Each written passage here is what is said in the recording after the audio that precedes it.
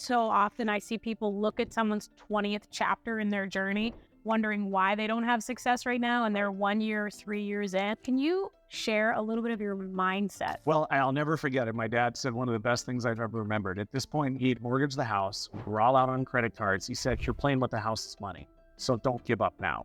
Like, see Wow. this through because you've already made the bets, right? You've already overextended. You've made the commitments. So now there's nothing to do but be successful with it and not give up."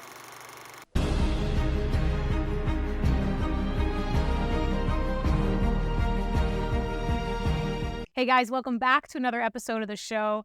I am so excited to have this conversation for a few reasons, but I am a little disappointed that we are not currently sitting on a jet as we sit here and talk to the CEO of SetJet, Tom Smith. Thank you so much for coming today. Thanks for having me. It's great to be I don't know why we are not on a jet. We should have taken the whole crew to the jet because I am a client. I love what you offer.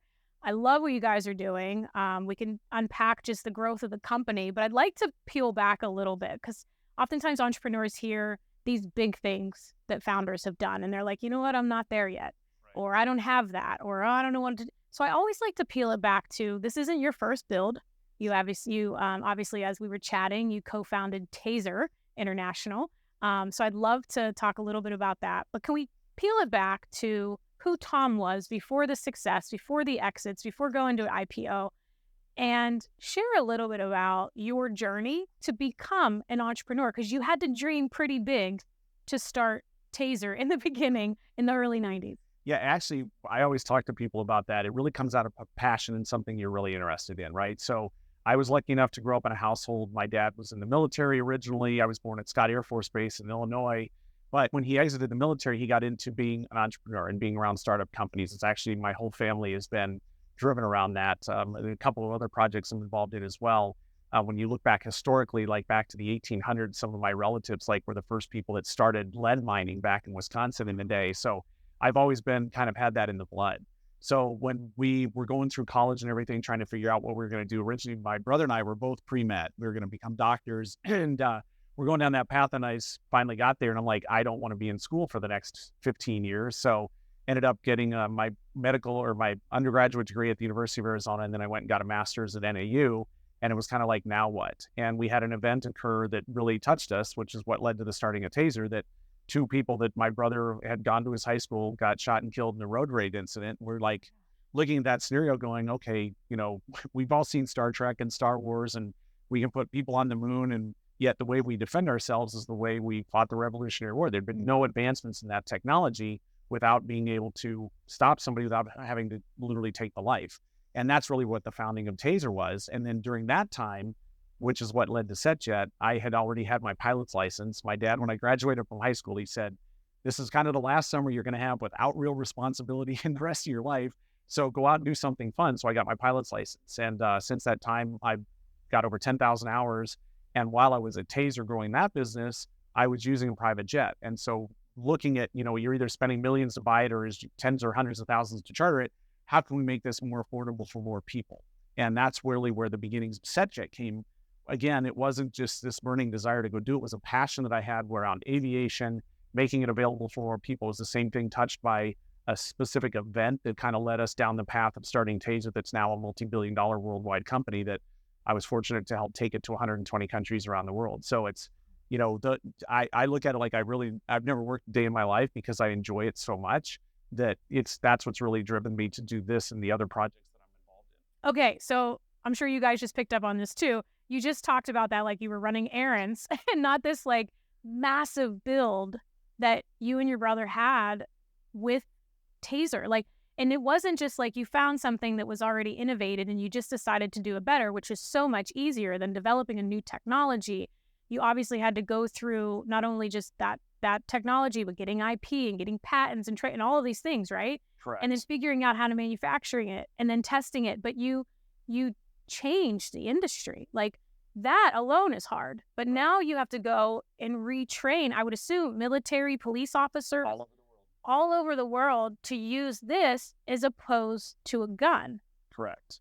I don't even know what question to ask. Like, what were some of the first things that you started to do when you realized, okay, wait, can we, like first you had to decide, can we even stun somebody with a Right. taser, right? Correct.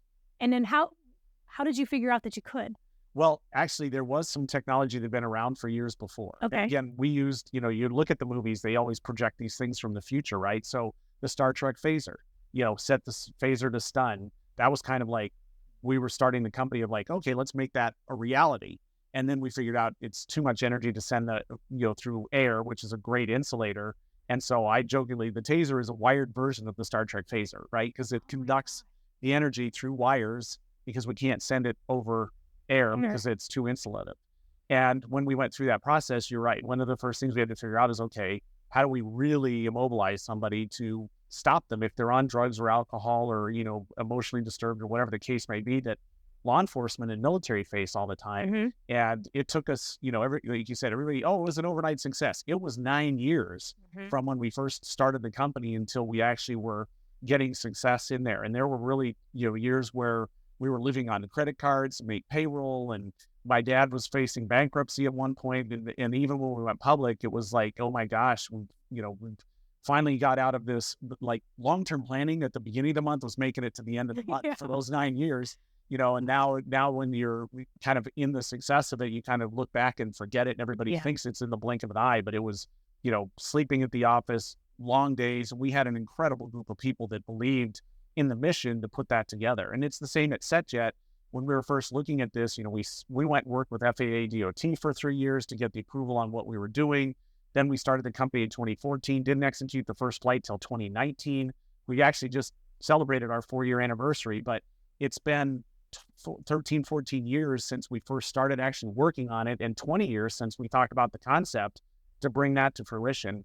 And it's that motivation, the drive to do something that's different than anyone else has done. Nobody had done Taser before. Now it's a household name. It's in movies. And, I never forget sitting in the theater the first time we saw it in the motion picture. We're like, oh my God, we made it. We knew we really made it until we were in an animated. That is, wow. What animated film? That was the one with the minions. Oh, that's right. Yes. Oh my gosh. But yeah, and then, with SetJet now, we're now growing that company. It's been 20 years, so it does sound like it's been done in a blink, but there's been so much blood, sweat, and tears by the group to bring it to fruition. And then I'm involved in another company, a mezcal company. My cousin and I started in 2014. It was kind of funny when I was leaving Taser. I said, I'm going to go do something that people want to do. So they love private jets and they love alcohol. So It's true. got involved with both those companies. Wow, that's fantastic. So I love that you shared those 9 years, because so often I see people look at someone's 20th chapter in their journey, wondering why they don't have success right now, and they're 1 year, 3 years in, and it's like you're just putting the training wheels on. Yes. Like, you're going to get some bloody bruises along the way. Can you share a little bit of your mindset? What was going through your mind when you thought your dad's facing bankruptcy, you guys have no money, you're sleeping on the floor in the office? What got you continually showing up? Like, that you didn't quit and say, oh, this is just never going to work? Well, I'll never forget it. My dad said one of the best things I've ever remembered. At this point, he had mortgaged the house. We were all out on credit cards. He said, you're playing with the house's money, so don't give up now. Like, see this through, because we've already made the bets, right? You've already overextended. We've made the commitments. So now there's nothing to do but be successful with it and not give up. And that's what really stuck for us, because we had made every mistake in the book. You said the bumps and bruises. Like, we got distracted with an automobile product for 4 years in there that was like completely out of the wheelhouse of what we were doing. It was called the Auto Taser. We were took the club on a wheel of a car and electrified it, and it completely distracted us from the mission. So that almost took us out of business. We ended up shutting that back down, but it was really that motivation of, look, you've been doing this long enough. There's a need here. Don't give up. Don't worry about all those debt and things, because it's already committed.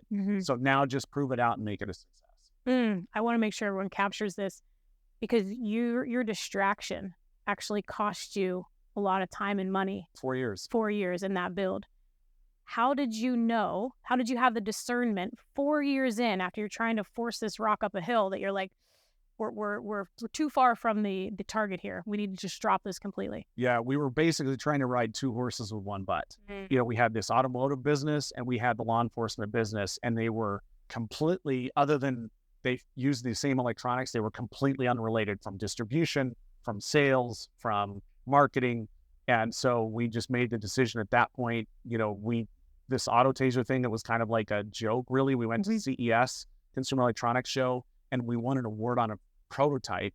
So it was a complete distraction. So we said, look, we're going to hit the wall at 90 miles an hour. So we've either got to bet on the law enforcement side of it, shut that down, and make that happen. That's what we ended up doing. We completely got derailed on a distraction for something that sounded fun, looked cool. We were recognized for it at a large trade show and in the industry. But in reality, it was selling a $250 item that somebody could buy something comparable to the club for $20. And so there wasn't really the big market opportunity there where law enforcement, we could change the industry. We did.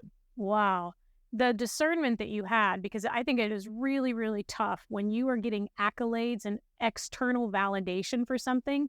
It will unfortunately take you off the path you're supposed to be on because you're like, oh, this is great. People love it. And so I just think that's actually such a pivotal moment. It seems like in your story that you were able to be like, nope, this isn't for us. We got to go back to the basics of what we really believe that we can do. But it took us 4 years to wake up. 4 years, yeah. Right. And almost killed the company. Yeah, wow.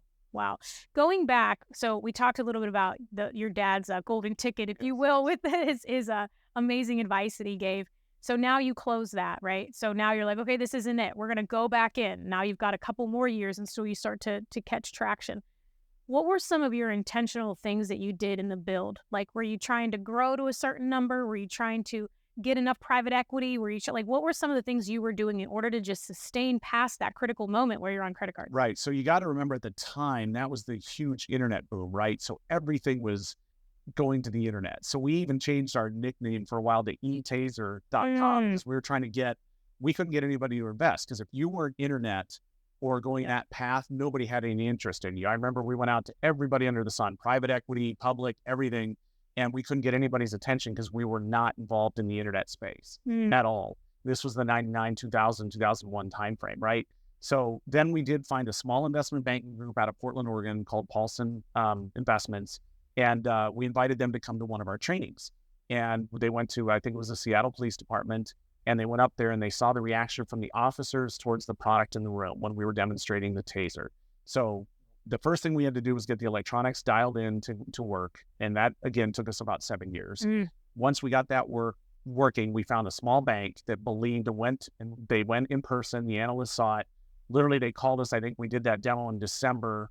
We started the process in February of 2001, and we were public in May of 2001.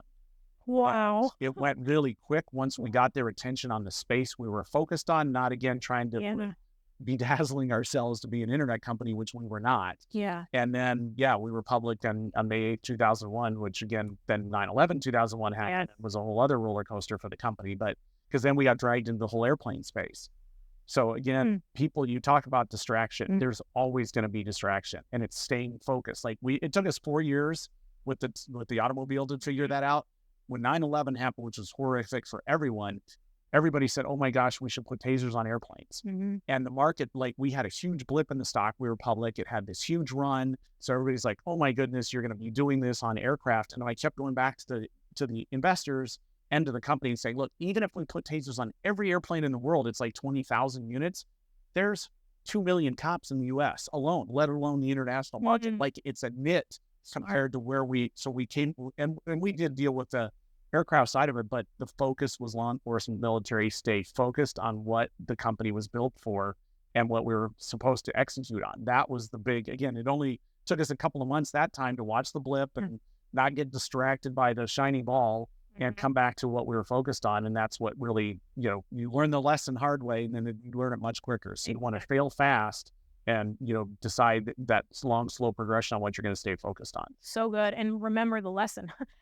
If you didn't remember that, and if you didn't have that mistake, called a lesson, whatever, that challenge, you might have got distracted again in the next phase. So let's go back to a little, because you took that company public. Correct. Obviously there was a lot of challenge, and then it seemed like an overnight success. Like you said, right? The investment banker, they buy in, now boom, you're going public. What is it like did you get to ring the bell? Yes, we did. I love it. What is it like to all of that hard work, your dad on the verge of bankruptcy, you guys are living, paycheck to paycheck, I would assume, on credit cards, trying to fulfill your dream. And then now all of a sudden somebody believes in you, all of a sudden, right? A decade later, somebody believes in you and you're going public. One is, how did that feel? And two, strategically, what were some of the decisions that you had to make to decide to take a company public? Because that is not only a big deal, but it changes everything. Right.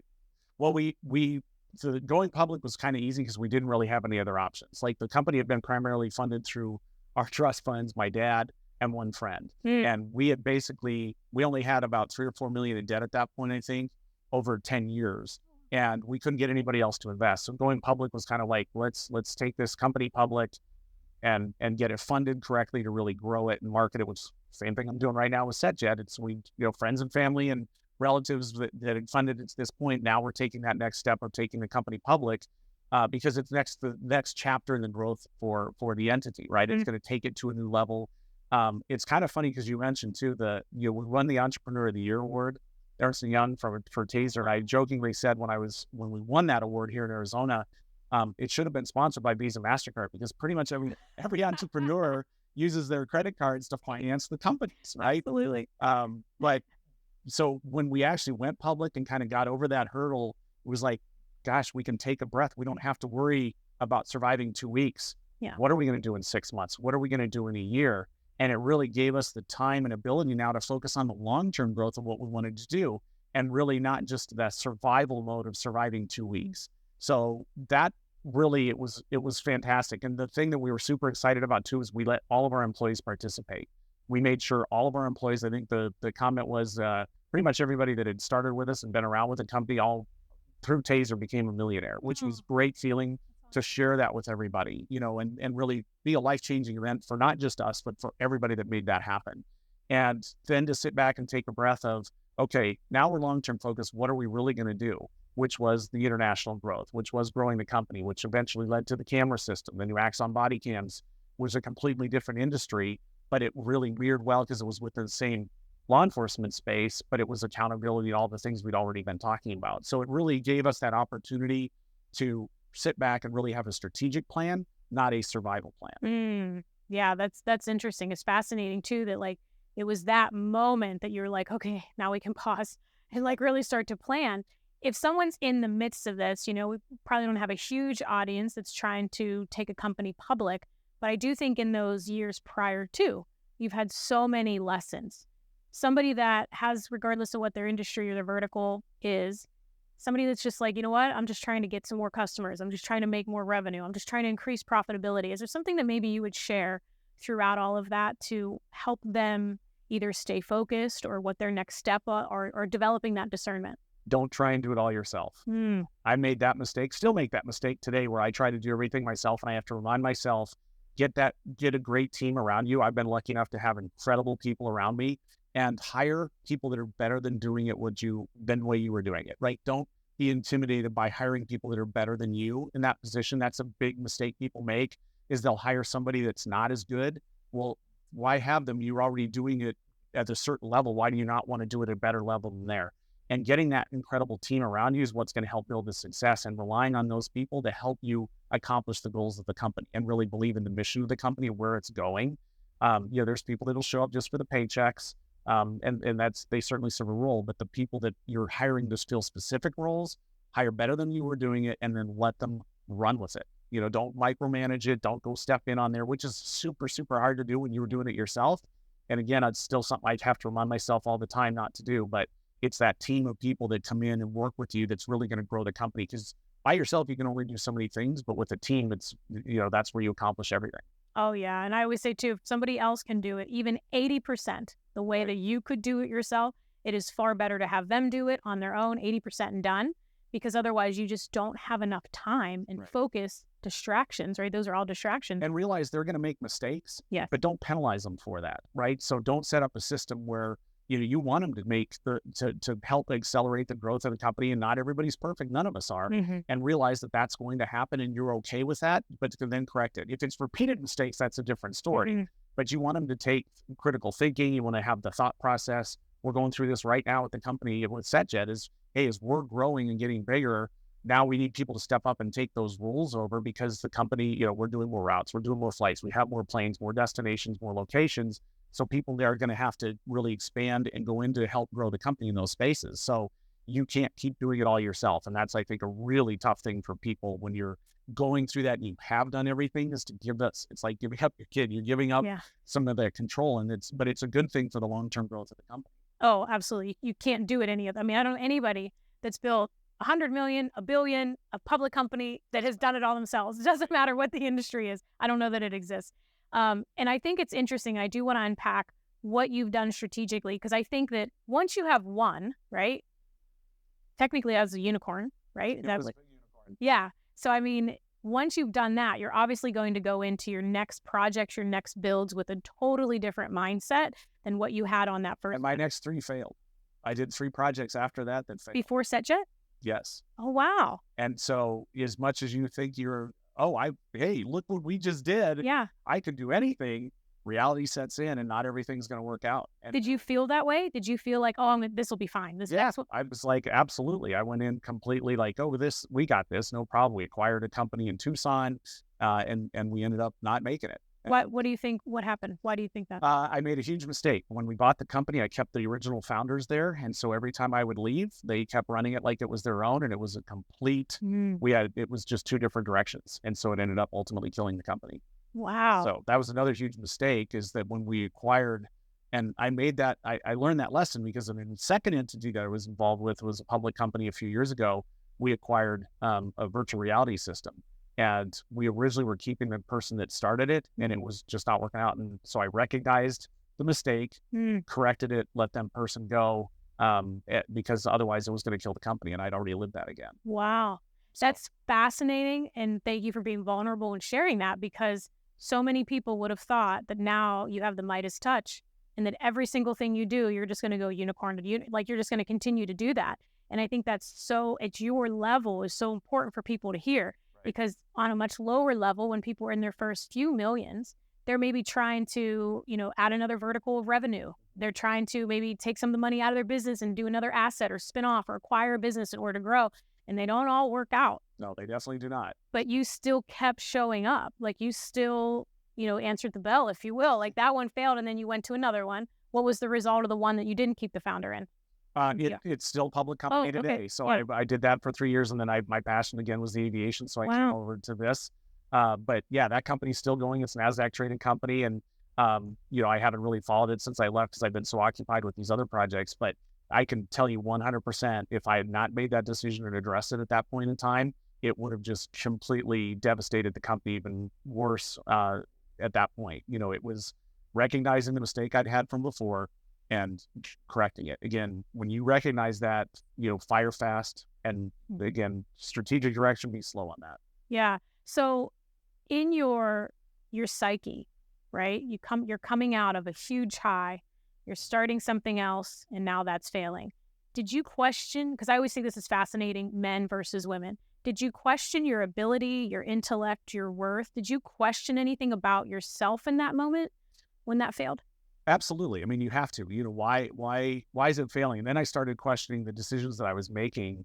And again, that's where I kept these founders around. A huge mistake. I thought I was being a nice guy. They were older, in their 70s, 80s. I was like, oh, they're going to go out on a swan song, and they ended up killing my company. So yeah, I was questioning like, okay, I just said fire fast, and I didn't.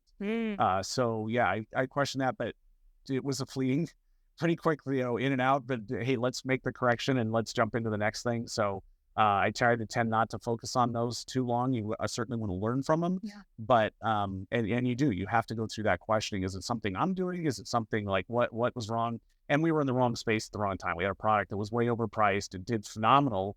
It was a bulletproof vest product, but it was selling for 3 times the market, what everybody else was buying in the market. And so ultimately we had a fantastic product. We just weren't priced effectively, and then ended up getting this acquisition that ended up killing the company. So yeah, you certainly question yourself, but I felt, I made the right decisions other than keeping these guys around in the direction that we were going, and move on and on to the next project. I love that. I think it's such sage advice. It's like, review the tape, if you will, review the tape. You lose the game. What'd you do wrong? Let's correct it to the next one. Yeah. And then it's just really that rejection. I think the famous saying is rejection is a redirection, right? So it's more about like, okay, this didn't work. Well, let's just go. But I think that the most successful entrepreneurs I've interviewed many billionaires, many that have built billion-dollar companies that a lot of people know. They're now even on TV. And I feel like one of the consistent things, they have all faced either near bankruptcy, wanting to quit, something happening. And it's like at the 11th hour, when everything would have told them not to continue, or they would have started to continue to question their decisions, they just kept going. Right. And it seems like that's exactly what you're just like, well, okay, don't do that. So then let's do this again and let's fire the founders. Like that was basically your learning experience from that. And then that one ended up paying off. And that really came out of sports, right? You hear about them having, you have to have sports amnesia, right? You made that mistake. What I learned from it, forget it and move on to the next play. So I played football when I was growing up, so that was a big thing. I still watch it now, and they talk about it all the time. If you focus on it, it's just going to carry forward. You've got to learn from it and move to the next thing. Retrieve the tape, like you said, move on to the next play in the next game or whatever it is. And going through that whole process, I think, is what helped me evaluate that. And then the other really hard part is you're going to have those doubt and fears in your mind. You cannot show it in front of the group. If they sense that, they're going to run for the hills. If you believe, you've got to have that, this is where we're going. Here's the North Star. We're following that, because as soon as you start to hesitate or show any oh my gosh, are we going to make it? Then they're going to run for the hills. And then the whole thing's going to implode, because you have to have that leadership ability to show them, this is what you're doing. This is where we're going. This is how we're going to do it. And we're going to make it.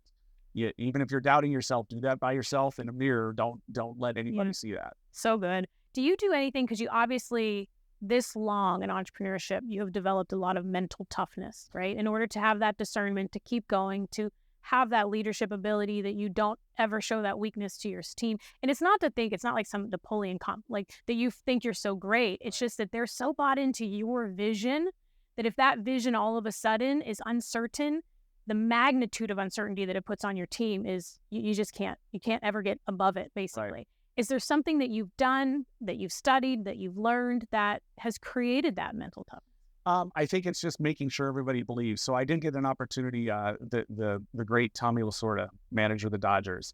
I got to go and listen to him once a long time ago. And they talked about, he won World Series, right, of baseball with a team that didn't really have a lot of talent. And he said, what was your secret? And he said, I lied to him.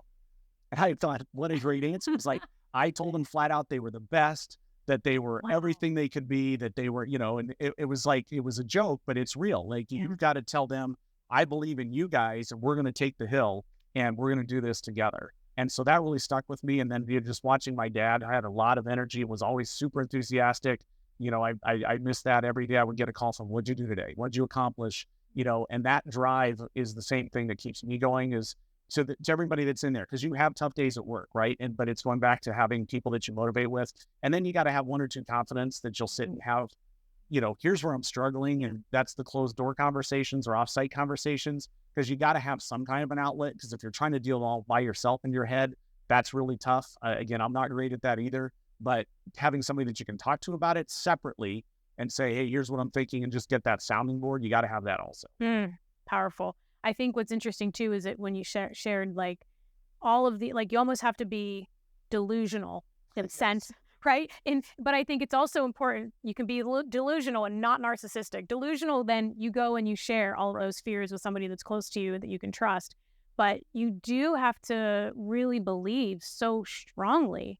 And then what I think positively happens is sometimes that just belief, because you want it so badly and everybody else wants it so badly and they all think the same thing, it just happens. Yeah, I almost call it willing it into existence. Yeah. You've got to have that belief, that drive, that energy to make this all happen. Yep. And you got to have that team around you that sees the same thing, and they're going to follow you no matter what.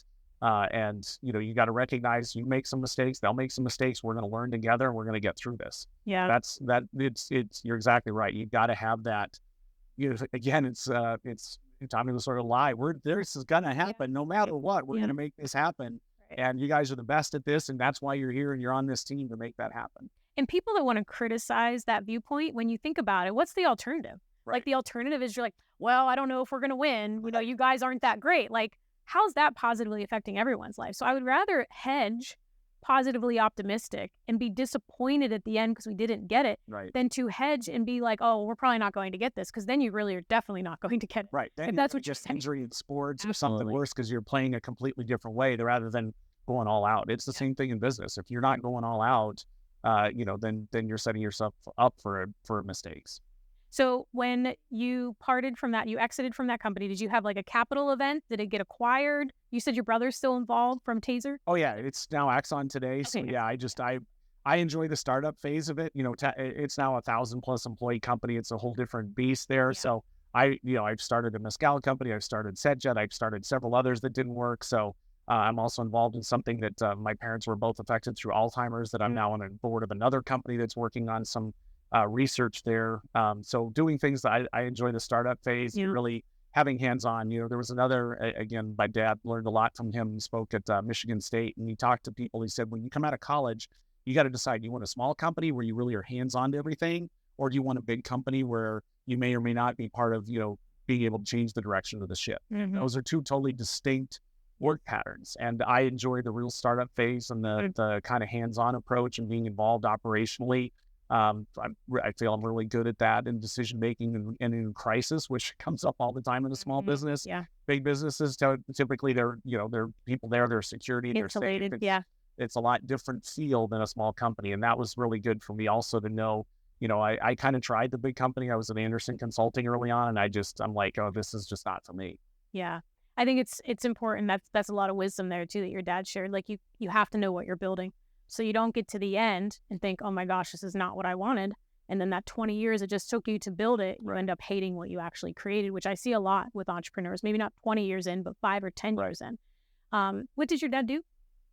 He was an entrepreneur. Okay. So, he's passed a few years ago, but he came out of the military and was just always high energy in the tech space. We were in LA, Boston, San Francisco. So we were surrounded by the high tech industries and that drive and motivation of where that comes from. And Arizona's got a really incredible high tech industry that's here, but most people don't know about it. They think, oh, Silicon Valley or the Route 128 out of Massachusetts, but there's a big base of it here. And that's why we started Taser here and now Axon. That's cool. And now SetJet.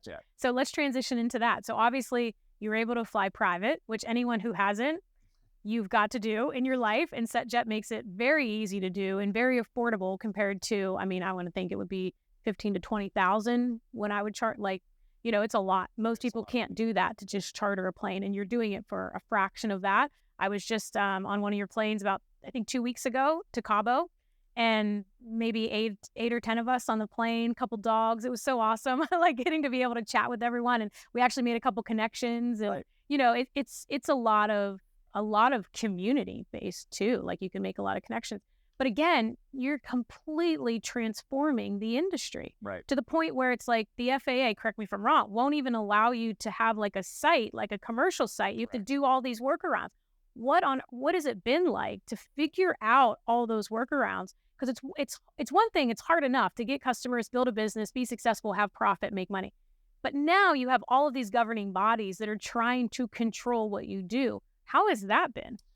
That actually came from my Taser experience. Okay. Because when we exported Taser outside the United States, we were subject to the U.S. Department of Commerce export regulations, which I knew nothing about. Like, they talk about when you go to college, you come out and you know all this stuff. They don't teach you any of this stuff about regulatory or any of these things, right? So we had to figure that all out.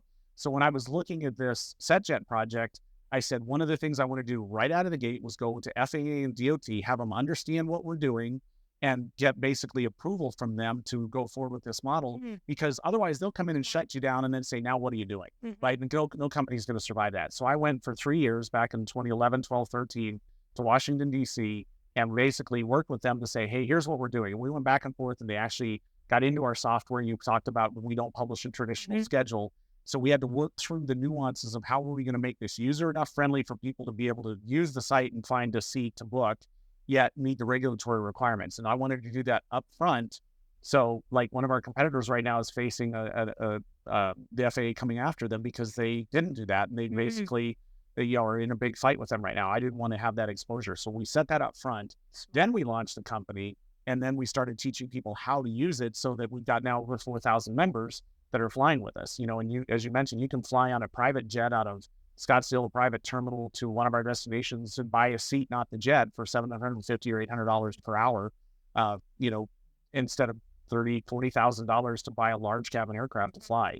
And there were a lot of challenges to it because we also don't own the aircraft. We're not allowed to own or operate the airplanes. So now we had to get people to buy these aircraft, basically give them to an operator to operate for us exclusively for 5 years so that we can still make this work. So there were a lot of moving pieces to put this whole puzzle together to actually make it happen.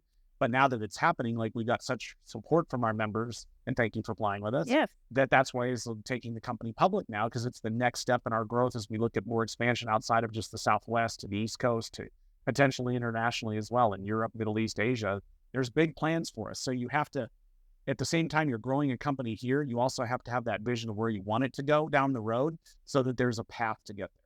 Well, first, so brilliant that you went and had those conversations. I don't think I would have been that smart. I would have just been like, let's do the, because sometimes like when you have that vision, you just are so excited and then you get people to buy into that vision and then you get customers. And then you actually, what happens is when you don't have that wisdom, then that could actually cripple you, either bankrupt the company, or now you have all these clients, they can't fly anywhere because now you're not able to get planes off the ground.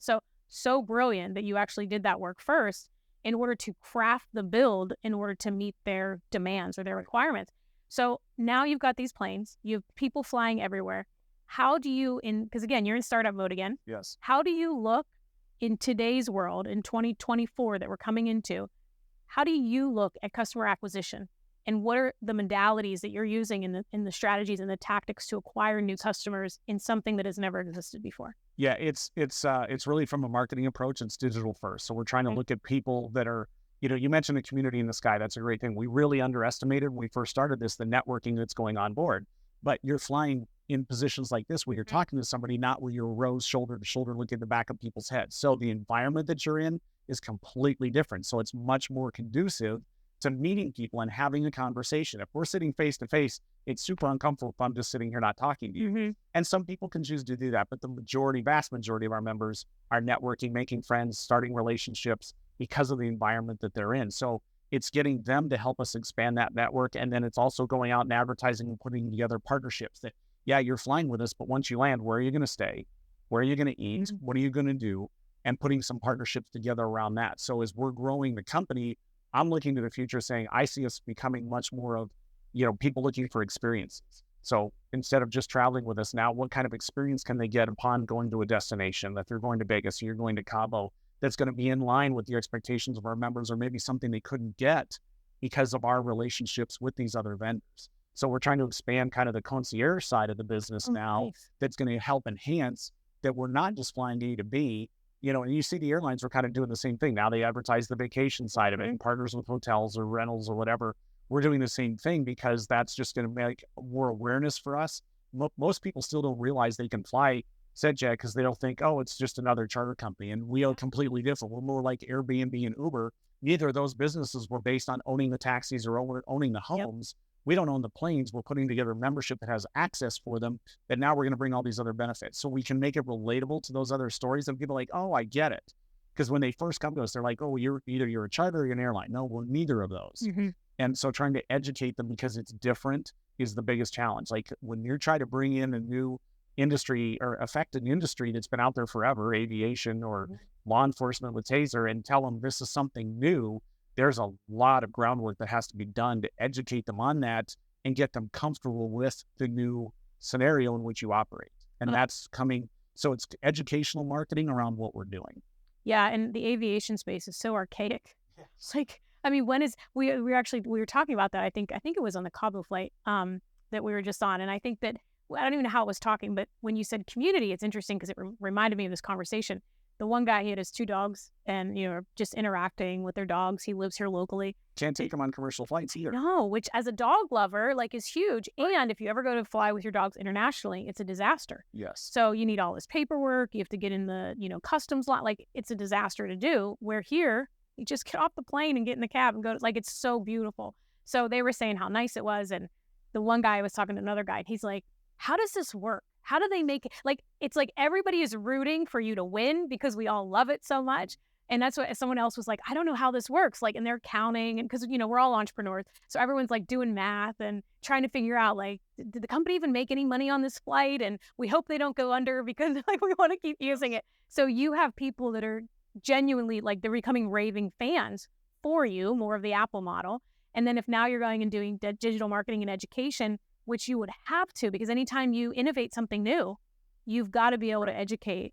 And that's creating that army of believers. Yeah. That it's not just the employees at the company. It's the people that are using the product that now really want, you said, cheering for success. Oh, yeah. So they're telling their friends and they're telling their friends. That's the exponential growth that really helps us to get to the profitability to be able to survive as a company. Because we, at the end of the day, we have to make money. Yeah. So those are the things that are really going to help us, is as long as you're having a great experience, you're going to tell all your friends, right? And that's hard because people talk more about negative stuff than they do positive. Absolutely. So now you're having to not only give them that great experience, but then say, hey, now we need to energize you guys to help us spread the word to everybody else that, hey, you can travel private and this is an unbelievable experience. And I can't tell you when because we don't publish the schedule, but once you get into the software and try it, you'll understand it makes sense. Yeah. And then it's that whole education process. So word of mouth marketing is still our biggest driver of the growth of the company.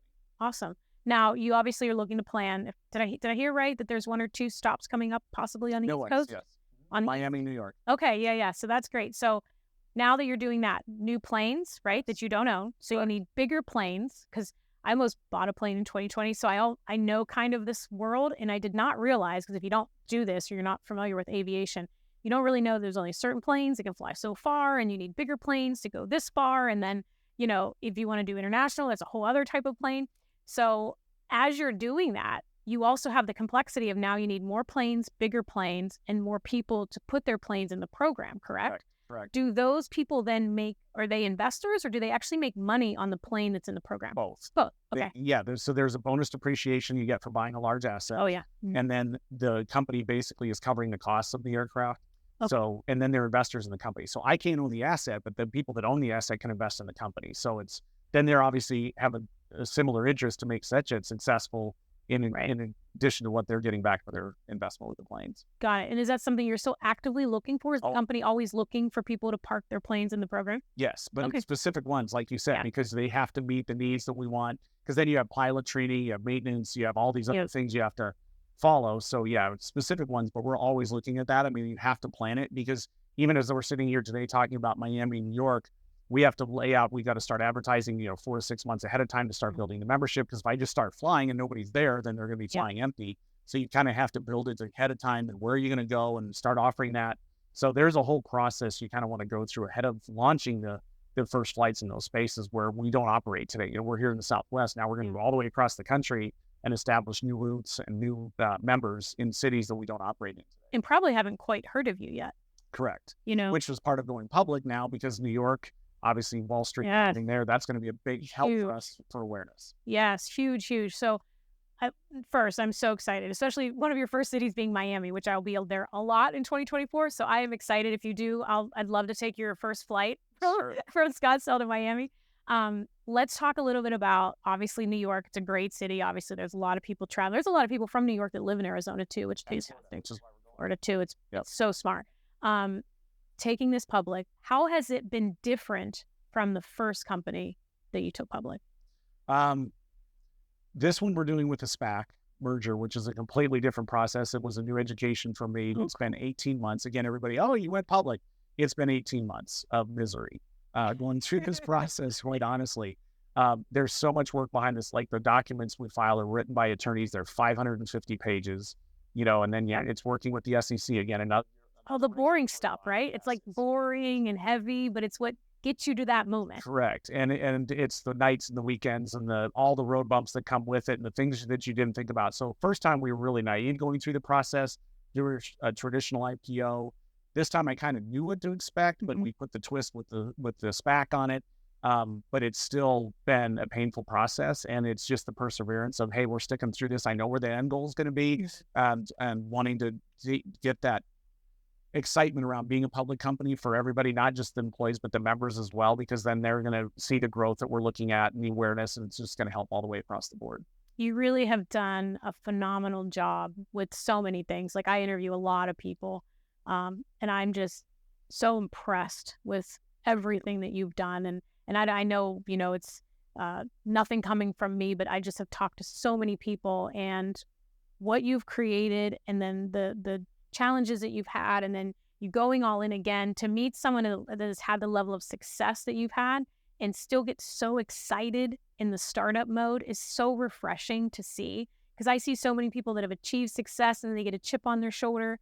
And it's like, you were in the terminal in Vegas, you came right up to me and shook my hand, and like we chatted on the plane briefly. Like, you're so down to earth. It's like if anyone just met you, they would never think that like you're this massive business person. So I just wanted to, I'm sure your dad is so happy with who you've become, not just what you've done, but who you've remained in that. And Well, I think to me, that's one of the huge testaments that people can keep is not just what they've done, but who they are in that whole build. And it's recognizing, like when I saw you in Las Vegas, it's recognizing you as members that are flying and helping us grow this business. So I try to, like, when I'm on the flights now, I try to introduce myself to everybody, thank them for flying with us. Like, it's going that extra step, right? So that people really are having a great experience and they'll remember that and they'll talk about it, because that's ultimately how the company's going to grow. It's going to continue to provide a service that you enjoy, but at the same time, you're going to talk about it. Maybe, you'll remember that conversation. So I always put myself in that role of, we wouldn't be here without everybody else that's around me. And so I've got to make sure the employees feel that same gratitude, as do my members, because they're the ones that are making this all happen. So I'm working for them really at the end of the day. And people forget that, because they do. They get that chip on the shoulder, or they're expecting it. I'm working for all of them to make this a reality. And so I'm looking at how do I remove roadblocks to grow it, make sure that we're here. And that was something, I think it was just an ethos that we grew up in, through watching my dad do the same thing, watching my brother, having done it myself, and watching the people that I've worked around that I've seen, they're just like, I don't want to work for that individual because they're not exciting or they're not approachable, Yeah.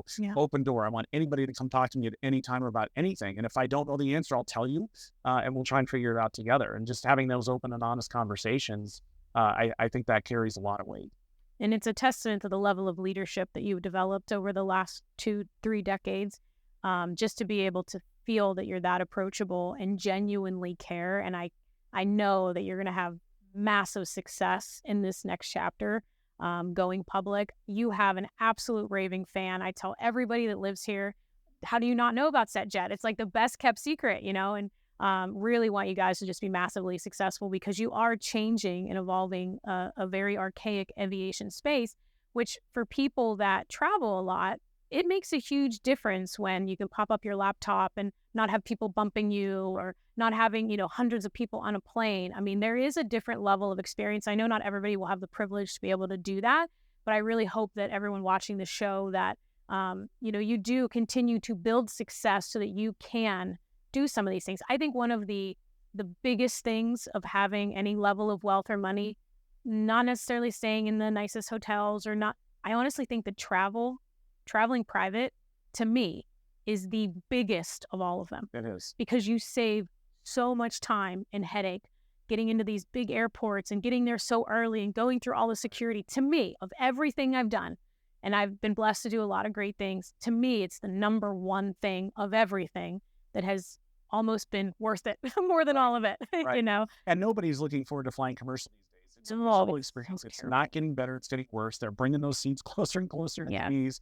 They're looking at density, and it's just not a fun experience. And it's from back in the day, that's what everybody wanted to do, was fly and travel. And the ultimate experience is flying private. And that's why at our price points and what we're doing brings it to so many more people than typically has been approached before, which is another thing that's been a big excitement for us as a company. So that's, I appreciate the support and the comments there, because that's really, at the end of the day, why we're doing this, is to change an industry that's just been stuck in this rut and never looked at really at exciting and advancements to make it comfortable for the people that are flying and using it. Nobody's like cheering for the airlines because it's such a miserable experience. I know. And it's so sad because, there's so much beauty in the world to go see and experiences to have with your family, but the travel experience is so stressful when you travel commercial, and it's not fun. So not only are you doing something really cool from a business side, like my business brain is like, this is so awesome, but you're really doing something that people can connect with more people, they can have more conversations, they can experience their family. And obviously, as a huge, massive dog person, like, to be able to bring our dogs on the plane is also really great. So please let everyone know, how can they find out more about the company? How can they become a member? Let them know all the details. Yeah, go to setjet.com. We have an experience page on there that tells you all about it. Contact our member services team. They're in 7 a.m. to 7 p.m., 7 days a week, at the phone number that you can do a chat right through the website, or call them directly. Our member services group's based right here in Scottsdale, or come and see us. Come over to the terminal. We'll give you a tour of the plane, show you where we fly, where we operate. We have a lot of people stop in and learn that way as well. So come to the website, give us a call, or come see us in person. We're opening a new hub right now in Las Vegas as well. That's going to a new exciting destination for more people to go to. That we're going to have a couple of planes based there, so we are expanding. And go, again, the more people we get to surround and do this, the quicker we're going to be able to change the industry and grow to more routes. Awesome. We'll link all of that below. And like I said, go check it out if it's something that you're able to do. I am not paid for this. I feel like, because I've really been, promoting. I'm not paid for it. I don't have an affiliate link. I'm not financial. I'm not an investor yet. So all of those things, but please, it's a really great thing. You have beautiful terminals. And I love that you can actually pick up the phone, dial a phone number, get somebody on the phone. Like, it's so rare today. So thank you for coming here, for sharing your story. I know a lot of people are going to find so much value, just what you've done over the last 20 years. And I'll give you one last thing, because I just had my company meeting yesterday. Yeah. One of the biggest things for me is company culture. And I start every meeting with it. I ended every meeting with it. And I told them yesterday, I said, look, as we go public, everybody's like, okay, the company's going to go through this big change, which it will, but you hold me accountable that the culture that we've created and the service we're delivering isn't going to change. It's only going to get better. Because I don't want to lose track of that also. So I think that's something else that I made that promise to the employees. I'll hold you accountable for the service delivery. You hold me accountable for the culture we've created. Because that's a big piece of any company, is the culture. If it's a culture where people don't want to work, you're not going to have people move mountains for you. But if they believe in what you're doing, they'll do anything to make it a success. That's so good. One final question I want to ask you. If you woke up tomorrow and nobody's heard of SetJet, nobody's going to pick up your call, your team's gone, the planes are gone, all the money in your bank account's gone, and the only thing you can retain is the information that you've built over your career, what are some of the first things you would do tomorrow to start to build everything back? What's the next project I really have a passion for? What do I really enjoy doing? Because again, I said at the start, I don't look at it as work, because it's so much energy and the excitement that I hope is coming across in this discussion, that I enjoy talking about it. So what is it, something that I enjoy and I don't look at it as work, that I've got a passion about? So I mentioned I've got Alzheimer's, directly affected by that I lost one of my mom to that. So how can I help? That's going to, if we can, change Alzheimer's, think of how many people around the world that affects, or dementia. So that's a passion for me. The mezcal company that I started with my cousin, that's a passion that I've enjoyed as well.